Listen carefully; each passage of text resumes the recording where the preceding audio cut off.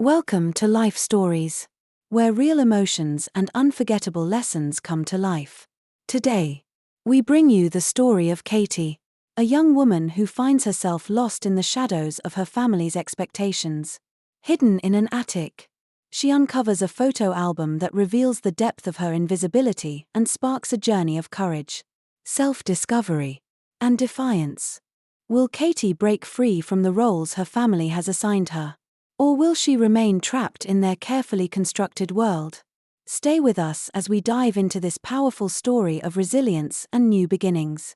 Subscribe to Life Stories to start today's journey. It was a crisp October afternoon when I climbed up into the attic. The sunlight pouring through the small window in dusty, golden streaks. I wasn't looking for anything in particular, just something to distract me from the staleness of my own routine. I'd been feeling restless. Invisible even. In my family's sprawling, well-oiled machine of obligations and achievements. The attic was a labyrinth of forgotten memories, filled with old Christmas decorations, moth-eaten sweaters, and cardboard boxes that seemed to collapse under their own weight. And then I saw it, a pristine, leather-bound photo album. Its rich, dark cover stood out against the dusty chaos around it. Someone had been up here recently. The lack of dust on its surface, the crispness of its edges, it was clear this album had been handled with care. My name is Katie, and I should have known better than to open it. The moment I flipped the first page, the weight of it hit me like a punch to the chest. There she was, Sarah, my older sister, in her cap and gown. Her high school graduation photo stared back at me, perfectly captured, perfectly framed. Below it, in my mother's neat handwriting, were notes about her valedictorian speech, her glowing achievements, and her endless potential. I turned another page, another photo, and another, all of them showcasing Sarah's triumphs, her first marketing award, her college graduation, her wedding. And then there was Hannah, my other sister, smiling brightly at her first art show, holding hands with her husband at her baby shower, and cutting the ribbon at her gallery opening. The realization crept in slowly but surely. I wasn't there. Not on a single page. Not even a mention. Found something interesting? The voice startled me, and I slammed the album shut. Dust particles danced in the air as I turned to see Grandma Rose standing at the top of the attic stairs. Her sharp blue eyes, undimmed by age, seemed to pierce through me. Just some old photos, I muttered, trying to slide the album back where I'd found it. Ah, Margaret's Shrine to Success, Grandma said, her voice carrying that familiar mix of vinegar and warmth she reserved for discussions about my mother's parenting. Go ahead. Look through it. Sometimes the truth hurts, but it hurts less than pretending.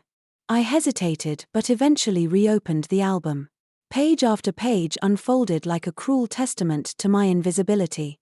Every corner of Sarah and Hannah's lives was meticulously documented. Every triumph lovingly preserved. Notice anything missing? Grandma asked softly. The word came out small, barely audible. Me. 17 years of you, she confirmed. Sitting down on an old trunk. Your dance recital. Your honor roll certificates. That beautiful photograph from your school play last spring, where you stole the whole damn show. My throat tightened. Maybe there's another album? Grandma's face softened. Oh, sweet girl. You know there isn't. I flipped through more pages, each one a fresh reminder of my place, or lack thereof, in the family narrative. Did you know about this? I found it last week when I was helping your mother clean, Grandma said. She was so proud. Showing me all these pictures. Didn't even notice what she was really showing me. My fingers traced the edge of a photo, Sarah holding her first marketing award. The contrast was unbearable. They're all coming over tomorrow, Grandma continued. For family dinner. To celebrate Hannah's pregnancy. Again. She paused, watching me closely. And let me guess. They'll need you to watch Sarah's kids while they all drink wine and reminisce. Don't they always? Grandma laughed. sharp and knowing. You know, there's a difference between being helpful and being taken for granted. Your sisters learned early how to be the stars. Maybe it's time you learned how to say no. Mom would lose it, I whispered. Maybe she needs to. I closed the album. But the images burned into my mind refused to fade. Years of being the reliable one, the good one, the invisible one, all captured in what wasn't there. I got accepted to that art school in New York. I said quietly, almost afraid to hear my own words. Full scholarship. Haven't told anyone yet. Grandma's eyes lit up. Now that's the kind of news that belongs in an album. Mom wants me to go to state, I admitted. Close to home. Practical. Grandma snorted. Practical. My foot. Let me guess, she's already talked to Sarah about getting you an internship at her company. I nodded. Shame prickling at my skin. And what do you want? The question hung in the air like the dust motes catching sunlight. Below. I could hear Mom in the kitchen. Probably planning tomorrow's dinner. Probably already counting on me to handle the kids. The cleanup. The countless little tasks that made everyone else's lives easier. I want, the word stuck. Then broke free. I want my own damn page in the album. Grandma smiled. Slow and knowing. Then I suggest you start taking some pictures worth saving. I tucked the album back into its hiding spot. But something had shifted inside me.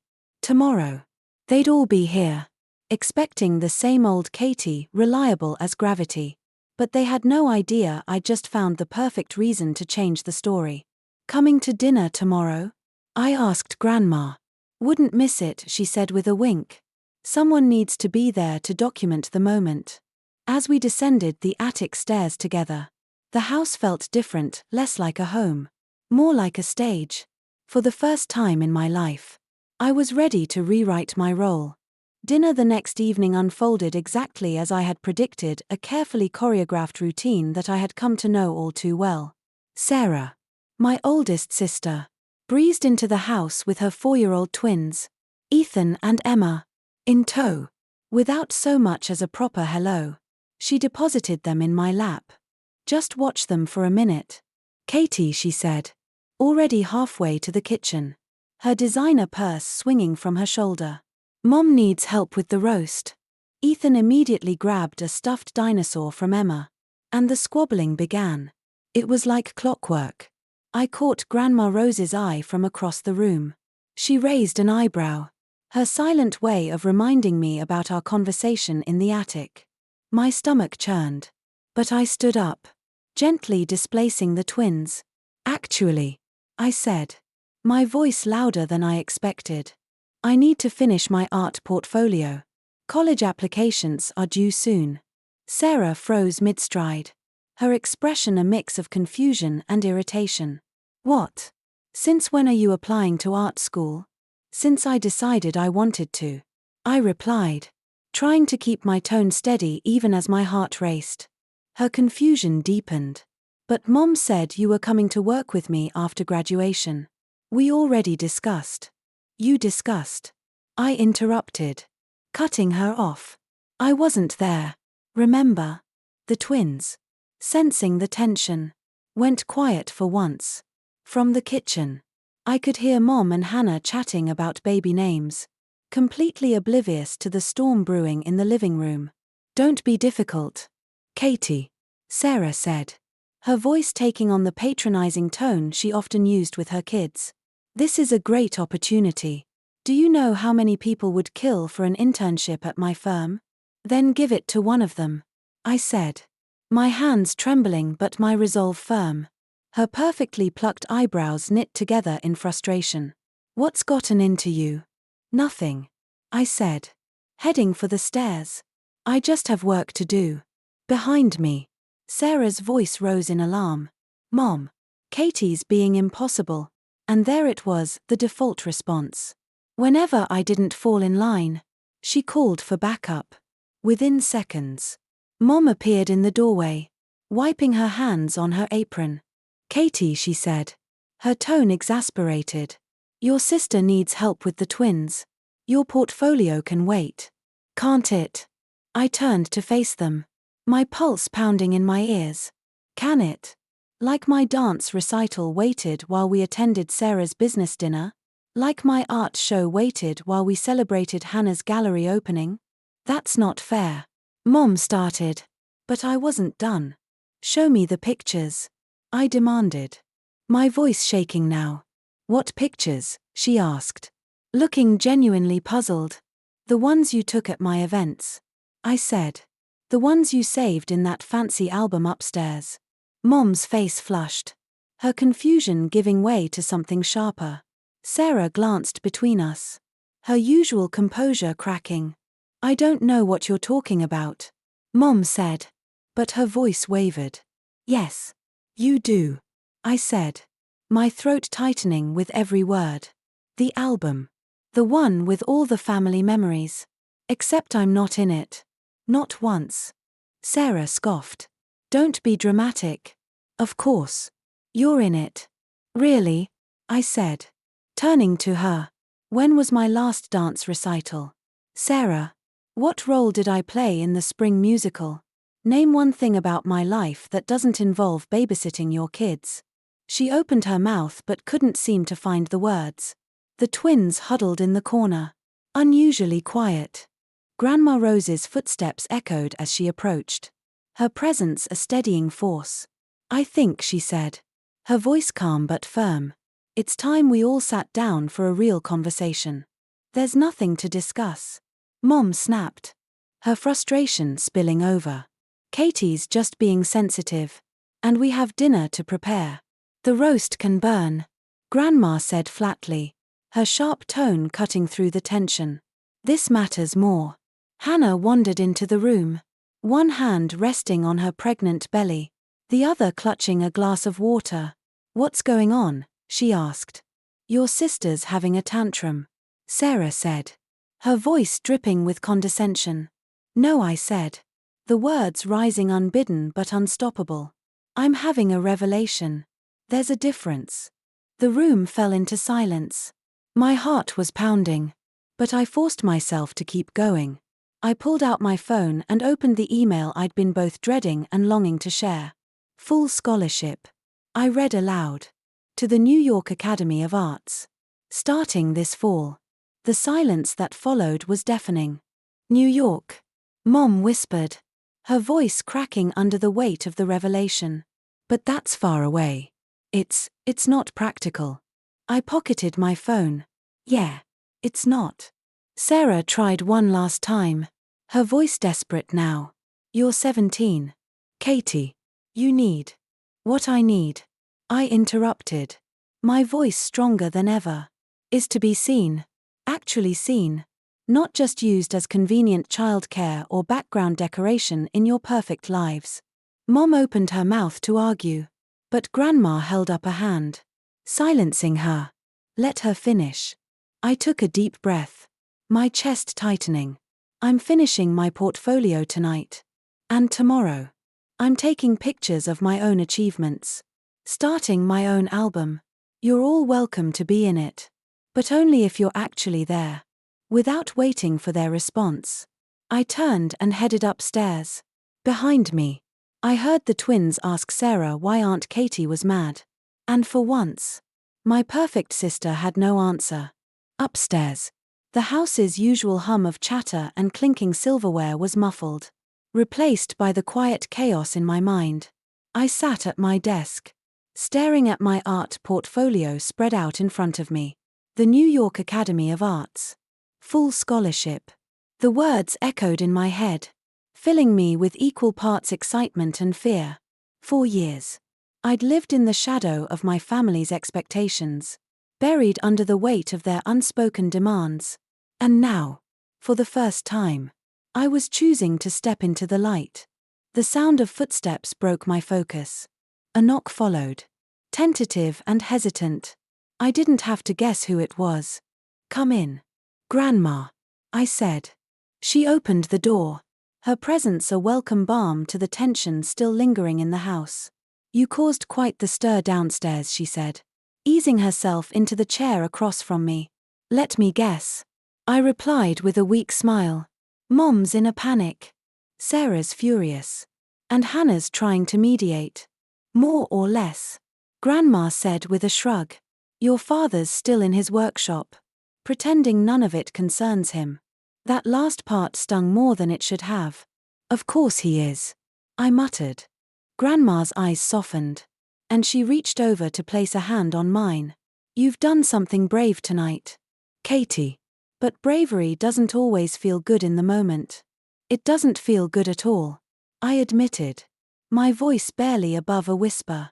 Before Grandma could respond, the sound of raised voices drifted up from downstairs. I could hear Mom's sharp tone, Sarah's clipped responses, and Hannah's attempts to soothe the growing tension. Should I go back down there?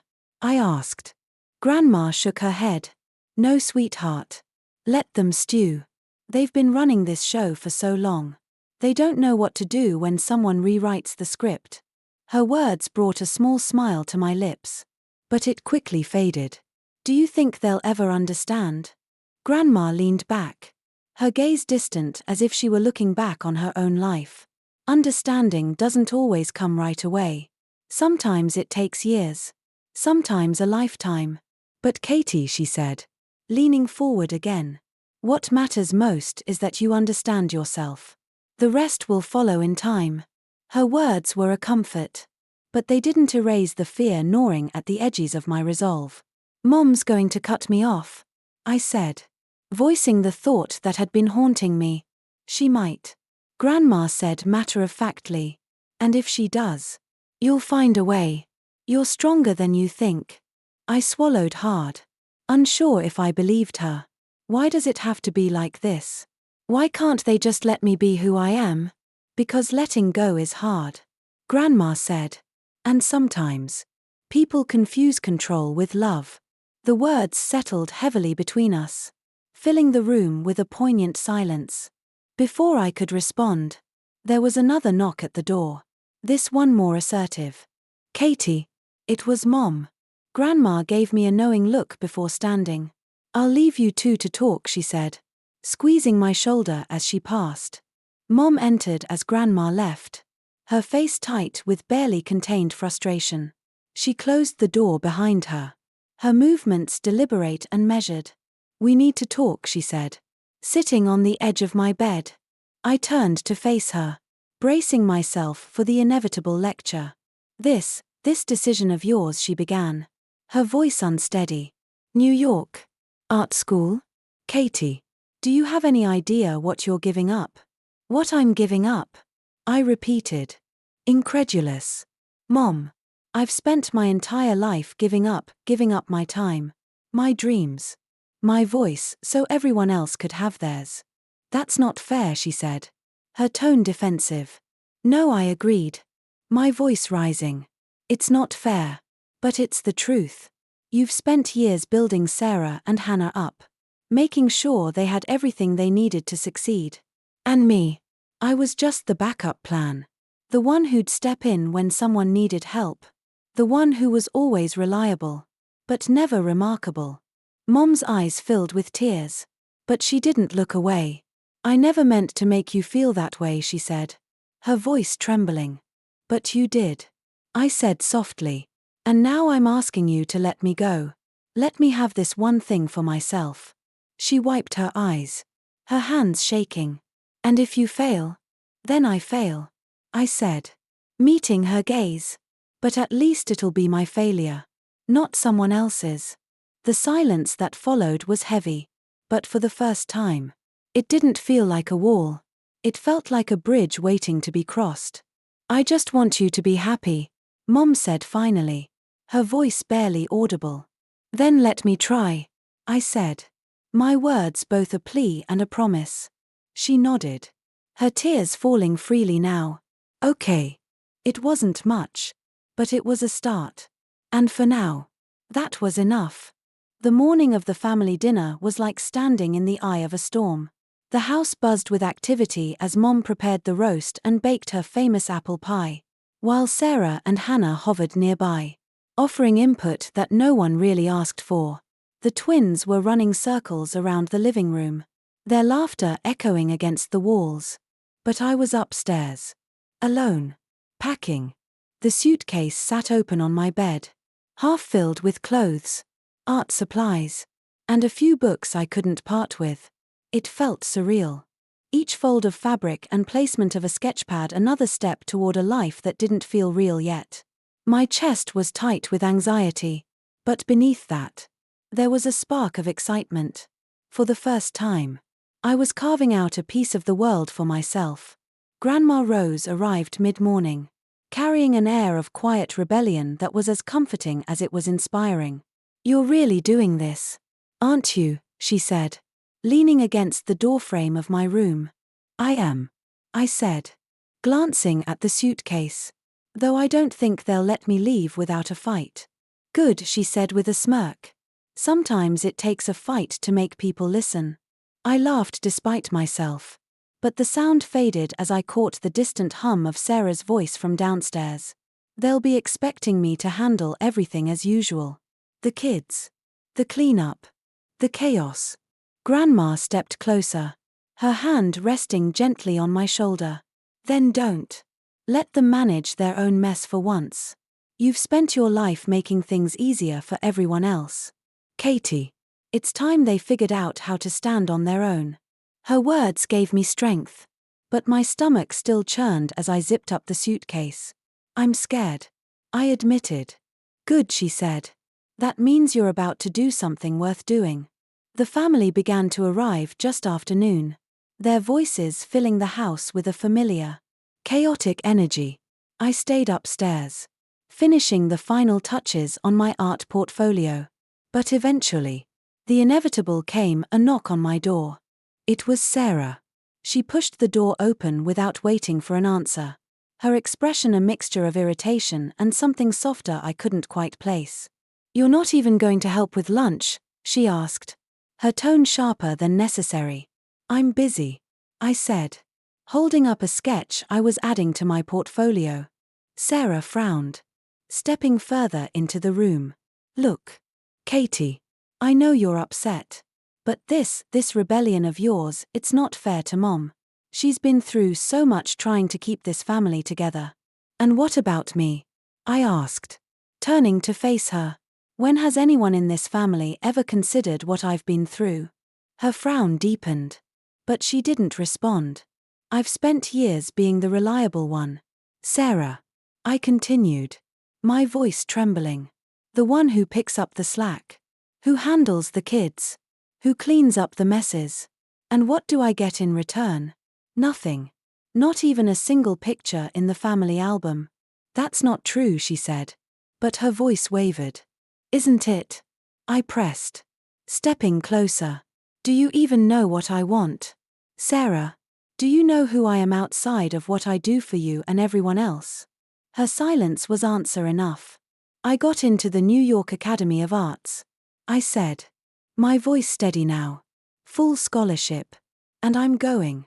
The words hung in the air between us, heavy and undeniable. Sarah looked at me like she didn't recognize the person standing in front of her. "Mom won't let you," she said eventually, her voice quiet. "Mom doesn't get to decide," I replied. "Not anymore." As if summoned, Mom's voice called from downstairs. "Katie, can you come help with the table?" I glanced at Sarah, then at my suitcase. "No," I called back, loud enough for everyone to hear. "I'm busy."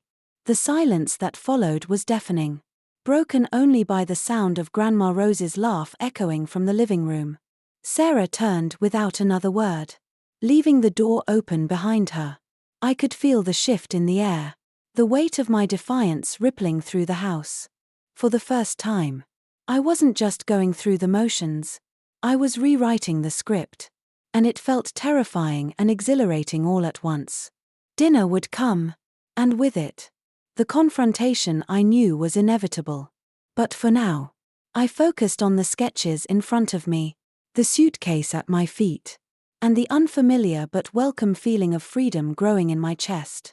Dinner began as it always did, a symphony of clattering dishes, half-finished conversations, and Sarah's twins yelling over each other about who got the last piece of bread.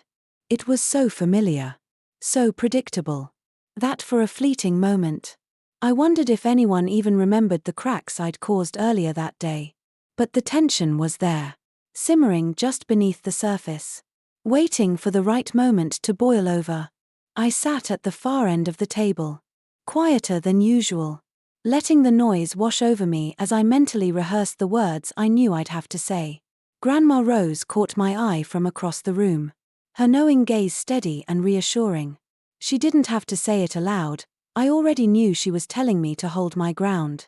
Pass the potatoes, Katie, Mom said, her voice brisk but not unkind. She was doing what she always did, pushing through any discomfort, ignoring the elephant in the room with practiced determination. I handed her the bowl without a word. But my silence didn't go unnoticed. Are you okay? Hannah asked, tilting her head in that gentle way she had. You've been really quiet today. She's fine. Sarah cut in before I could answer. Her tone clipped. She's just in one of her moods. I set my fork down, the clink of metal against porcelain louder than it needed to be. Actually, I said, my voice cutting through the chatter, there's something I need to say. The table fell silent, all eyes turning to me. Even the twins stopped fidgeting, their curious gazes darting between the adults. Mom straightened in her chair, her hands stilling as she folded her napkin in her lap. Katie, she said cautiously, this isn't the time. No, I interrupted, my voice steadier than I'd expected. This is exactly the time. Because if I wait, it'll never happen. Grandma Rose leaned back in her chair, a faint smile tugging at the corners of her lips. I got accepted to the New York Academy of Arts, I announced, the words hanging in the air like a thunderclap. Full scholarship. The reaction was immediate. Sarah's fork clattered to her plate, and Mom's face paled. Hannah blinked, her hand instinctively going to her pregnant belly, as if the shock of my words might somehow affect her unborn child. New York. Mom finally managed, her voice barely above a whisper. But that's, Katie, that's so far away. That's the point, I said, meeting her gaze head on. I need to go. Mom, I need this.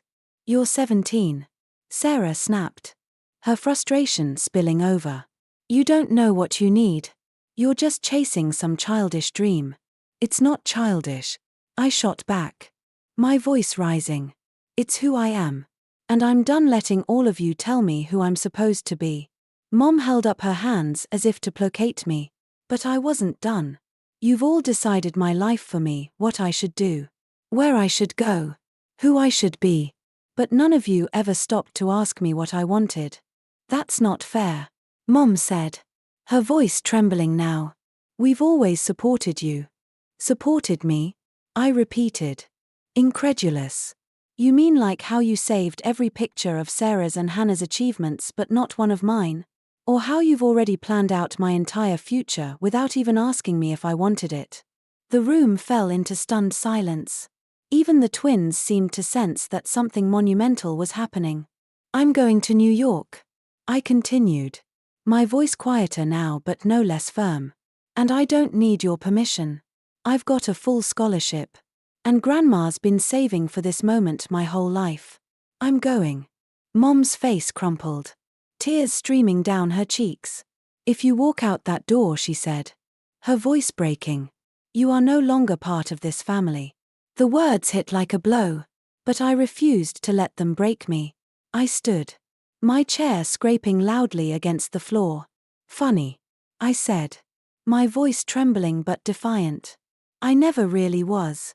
The silence that followed was deafening, broken only by the sound of Grandma Rose pushing back her chair. I think, she said, her voice cool and calm, it's about time this family had a long overdue reckoning. I didn't wait to see what would happen next. I turned and walked out of the dining room, my heart pounding in my chest. Upstairs, my packed suitcase waited by the door, a tangible reminder of the freedom that was just within reach. As I closed the door behind me, the voices from downstairs rose and fell, their argument like a distant storm. But for the first time in my life, I felt calm. I was choosing myself. And it felt terrifyingly, beautifully right. As I stepped onto the train to New York, the world outside blurred into streaks of green and grey. My heart was heavy with the weight of what I'd left behind. Yet it fluttered with the promise of what lay ahead. I wasn't just running toward a dream, I was reclaiming myself. Back home, the cracks I'd left in my family were beginning to heal. Though not in the same way as before. Mom had started therapy, Sarah was writing again, and Hannah was finding her voice through art. Even Grandma Rose's knowing smiles during our calls told me I'd done something bigger than just chasing my own freedom. I'd opened a door for all of them. As the city skyline came into view, I knew one thing for sure: sometimes the bravest act isn't leaving the nest, it's showing others they can fly. 2. Subscribe to Life Stories for more inspiring journeys.